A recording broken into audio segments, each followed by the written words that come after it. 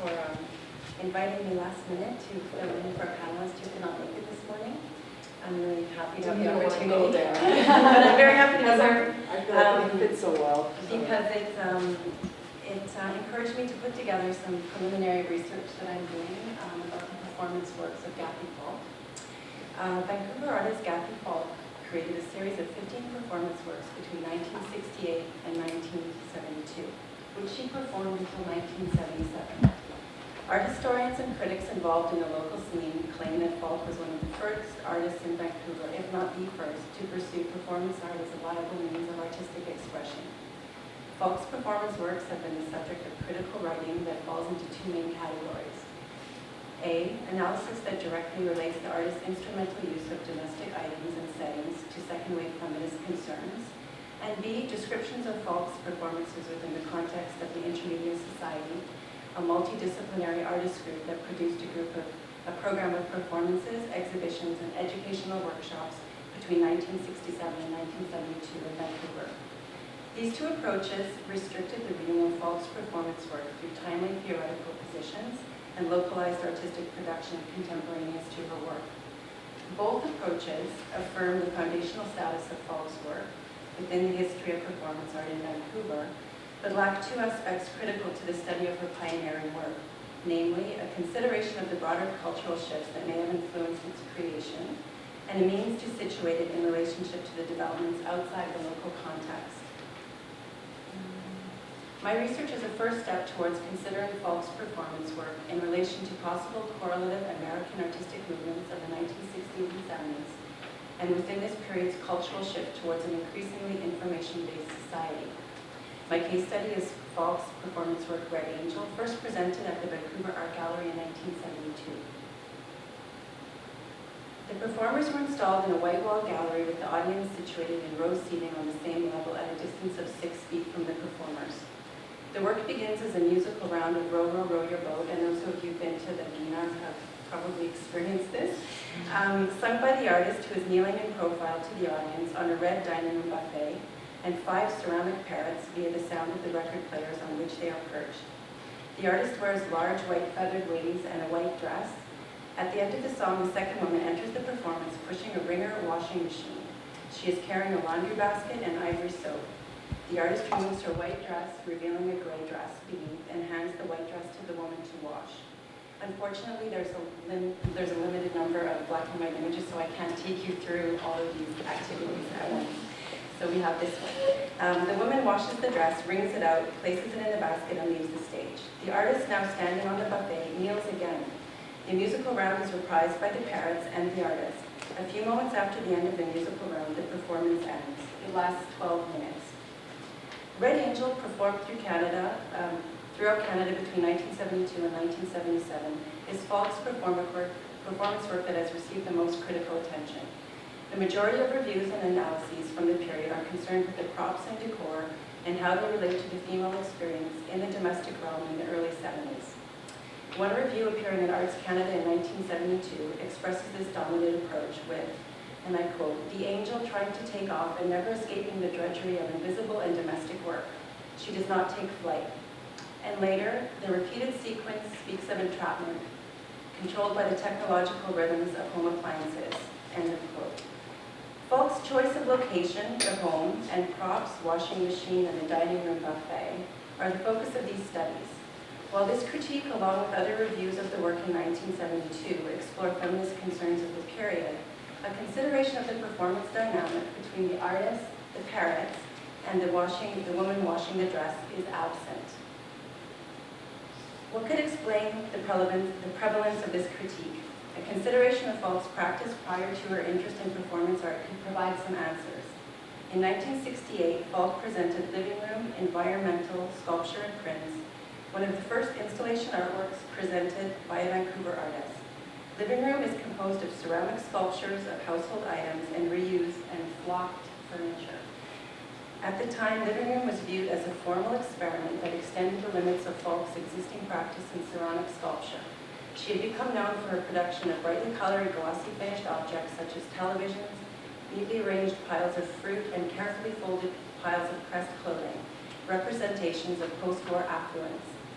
The tension created in living room results from the use of decorative objects placed incongruously in the home decor. For example, the fish as hand rests, and you can see it less in this image, but the frozen chicken in the bird cage in the back of the image. In many ways, they offer a skewed relationship between the funny and the not funny, between domestic calm and uneasy fear. At the same time, Falk's use of domestic decor and reused objects in the installation evokes the formal materialist approach of funk art, an art form significant in Northern California in the late 1960s and 70s. And I think it's important here to note that a lot of California artists, funk artists from San Francisco, were invited to Intermedia in Vancouver during the time, and a lot of them came up as draft dodgers towards the end of the 60s to teach in Vancouver. So there's a pedagogical link there. Funk art is characterized by, but definitely not limited to, the use of non-functional ceramics, absurdist juxtapositions of everyday items, and installations in domestic settings. Around this time, American funk artists Ed Kleinholz and Martha Rosler were conveying cultural critique in the mid-1960s through the use of television footage and news media images in their work. Falk's more subtle presentation of the critique is created through a fraught dynamic in post-war living decor that oscillates between the idealization of post-war life, easy to understand, functional, and fun, and the way things are, confusing, dark, and not fun. The domestic decor in Falk's installation work, Living Room, is a scene in which post-war conditioned behavior is enacted and critiqued by skewing the roles of domestic objects. The effect of this work involves the not quite right thing in the not quite right place. Within this domestic sphere, Living Room is not only about the home, but the dissonance of human experience within Cold War society, a critique that is later developed in the performance Red Angel. Falk's performances do not rely on popular media images to clarify her critique. Her approach in Red Angel is entwined in the cyclical nature of the activities, which are ambiguous, comic, and frightening. The tension in the work relies more heavily on the performance than on the props. Critics and art historians, relatively new to the experience of performance art, may have focused on what they already knew about Falk's work, her creation of domestic objects, and consequently considered her later performances through that lens. In 1972, performance art was still a new artistic medium in Vancouver, and as the reviews of Red Angel attest at the time, new ways of seeing were necessary for this hybrid art form. Joan Lount's review, which appeared in the Vancouver Sun, elaborates this point. A tremendous amount of work was involved in her props and costumes. 5 stuffed parrots. There's 3 exclamation marks after that. Falk in a white gown with feathered wings is a Botticelli Annunciation on top of a red sideboard. The parrots whirl around as though each one were singing Row, Row, Row Your Boat, which Falk completes in the 6th voice. But this deliciously comic conceit needs to be further developed, either through more repetition, variations in speed, or crescendo effect. Ultimately, Red Angel never takes off. While Lowndes acknowledges the visual appeal of this work, she fails to grasp the inherent tensions between the oppositional activities that make up this performance: performing and watching, leading and following, working and playing. At this juncture, I think it's important to note that Gathie Falk was first introduced to performance art in 1968 through workshops sponsored by the Intermedia Society. This series of workshops was led by members of the Judson Dance Theater group from New York, a collective of avant-garde dancers and choreographers who rejected the hierarchy of modern dance, choosing to work collaboratively with dancers and non-dancers and develop new choreographic methods, later referred to as postmodern dance, and initially influenced by minimalist art practices. The Intermedia Society and the Judson approach to performance had in common the following: rejection of medium specificity, virtuosity, and dramatic effect. This is Deborah Hay was the first Judson member to arrive in Vancouver, followed by Yvonne Rayner and Steve Paxton. In response to the new production of non-cathartic, non-climax-driven performances, American dance historian Deborah Jowett summarized why a shift in critical analysis was necessary. And I quote, "Now everyday movement, a casual performance style that rules out impersonation, is better understood and accepted by more people. But we can't easily escape our conditioning in the 19th century concept of the sublime and the beautiful. which doesn't even account for the stimulating but unlovely. Most of us still judge art by the degree to which it shakes us up, keeps us on the edge of our seats, and sends us home transfigured. This is one of the first performances, that's Gathie Falk on the far left, and this is one of her first performances that came out of the Deborah Hay workshop at Intermedia.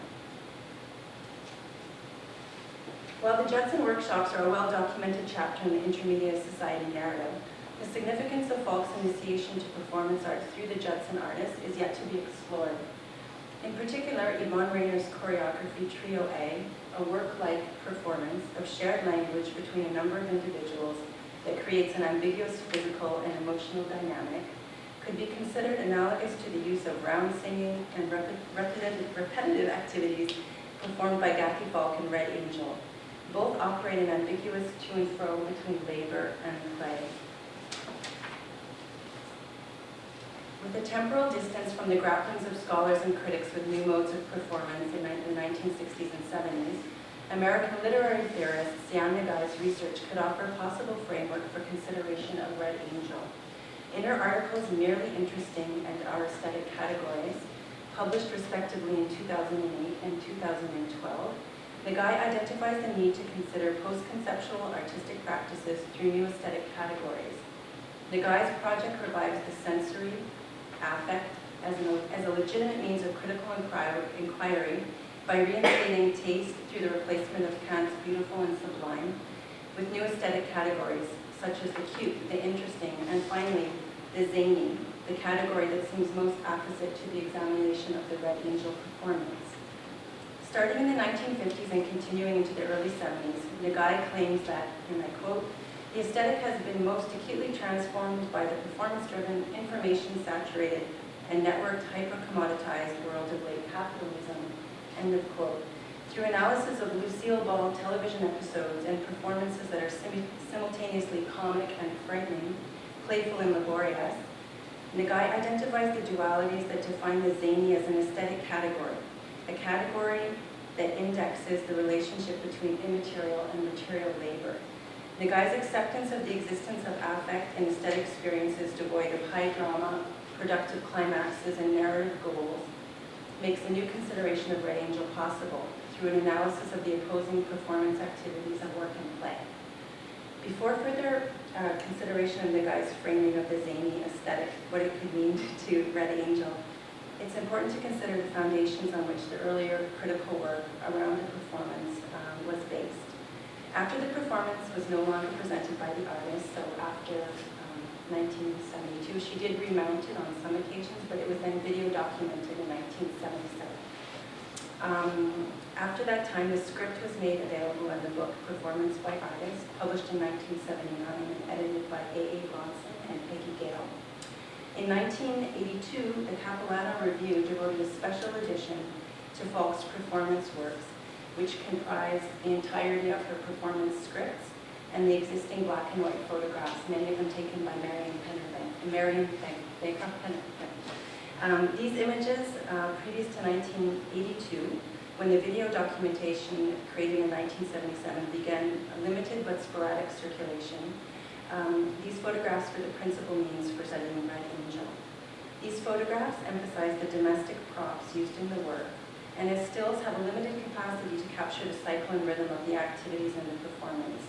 They can, in part, account for the lack of scholarship around the dynamics of the performance. The recent online posting and exhibition traffic, online posting in color video by the Western Front, courtesy of the artist, which started fortuitously in March 2012 from my research, allows for a new consideration of the work, though as a time-based work in transmission. Consideration of the video documentation allows for extended and repeatable analysis of the zany aesthetic, created through sound effects and video editing techniques. Through the experience of sound in this work, the musical round introduces the comic and unnerving cycle of the performance. A creaking noise foreshadows the entrance of the second woman and the washing machine in a 1960s studio sitcom style and adds a slapstick note to her entrance. However, the most intriguing intervention in the editing process of the video is the use of the split screen 10-second split-screen image through the performance brings the artist standing on the buffet, and the woman at the washing machine spatially much closer together than they would have appeared in the performance itself, but separated by a seam in the middle. Framed through Nagai's aesthetic of the zany, this information age diptych presents a double image of what modern amenities promise: leisure time and ease, time to sing and play, and the reality of the new commodities that drive the creation of new types of effective labor. This videoed enactment of Red Angel provides close-ups of the women's activities. With the benefit of repeated viewing, it is possible to discern two significant details. First, the artist is the final voice in the singing round of a chorus of male and female voices, and would therefore not seem trapped in the cycle of electric appliances. She conversely breaks the cycle by electing to stop. A close-up of the woman washing the dress reveals that the garment is not completely washed. Suds hang off of it, and it is thrown into a basket, not to be returned to the owner, a service not rendered. The video documentation represents a performance that appears to be less about women as entrapped victims of mechanized cycles of modern domesticity, but rather a critique that demonstrates rupture of the numbing rhythm of sameness through each woman's ability to stop the cycle of their tasks. Admittedly, in the work that includes spinning parrots, costume changes, angel wings, and a washing machine, the summary of my research presented today only begins to explore the possible ways to expand the scholarship around this work. In closing, and thinking about the invitation from the conference, New Histories of Women in Art in Canada should reflect cultural shifts and the ways that they have influenced production and reception, and specifically in the case of performance art, include a consideration of the full range of its mediated lives as documentation. Thank you.